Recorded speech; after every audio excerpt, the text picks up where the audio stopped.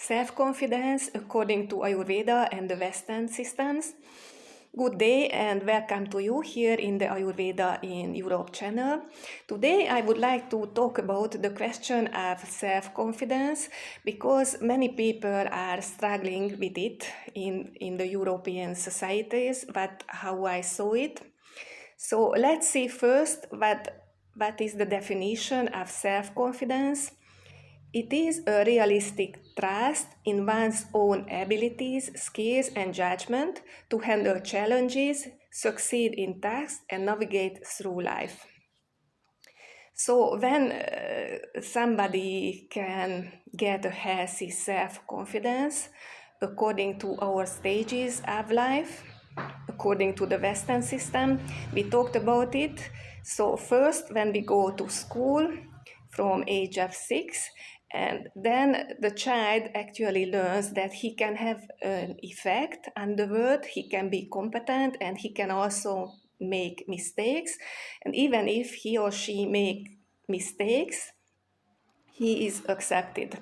And if something goes wrong, then they start to feel inferior to others later on when they are adults, or they become so-called perfectionists. They want to do everything maximum and perfectly because they think that they will be accepted only if everything is perfect.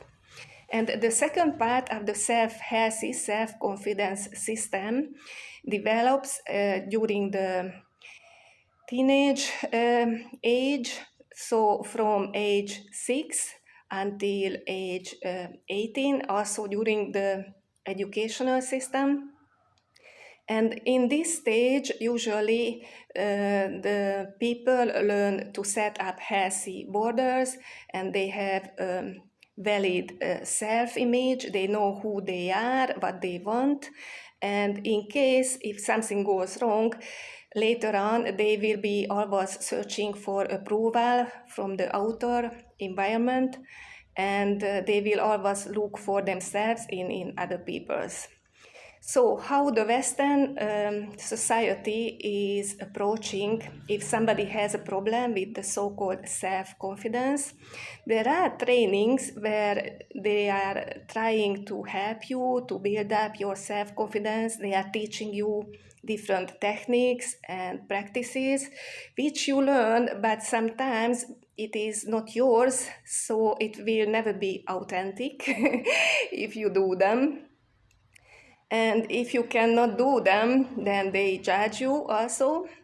And the other approach is when they say that people cannot change, they are as they are. For example, if somebody is looking at your astrological birth chart, but I like astrology, don't misunderstand me. They say that, okay, these are your abilities and you never be a really self-confident person in a way like others. So, what do I think about it? I think that yes, everybody has a frame in which he or she can develop.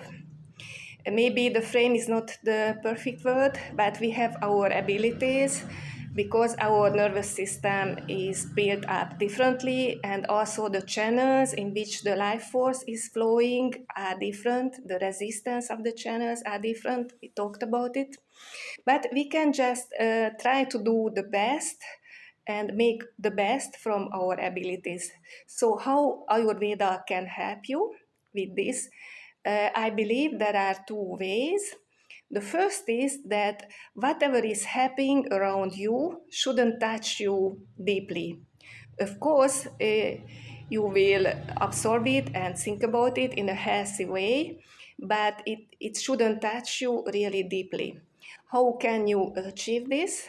For example, with this exercise, I talked about it before, that every evening you think over your day, what happened, and you find in yourself those so-called mistakes what other people were doing outside in the world and what disturbed you. As you know, that the more times we are born and come here to the earth, the more we understand how the world is working, or how we are the more we understand ourselves. So there are um, two failures which can happen in this stage when you are working on it. The first is that you feel that you are more advanced than the others or better. This is called a kind of superiority.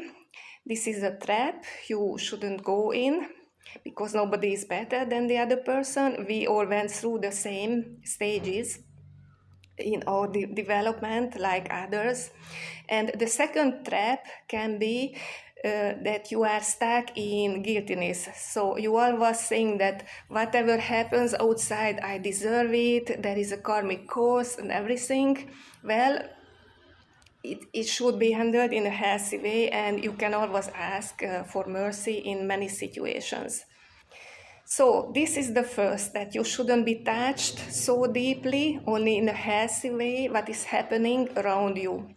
The second approach, according to Ayurveda, is that you do in your best in every situation, and something will come out of it. Maybe it will be a success, maybe it will be a failure, but we know that there is a kind of higher force which is directing our life, and it wants always the best for us.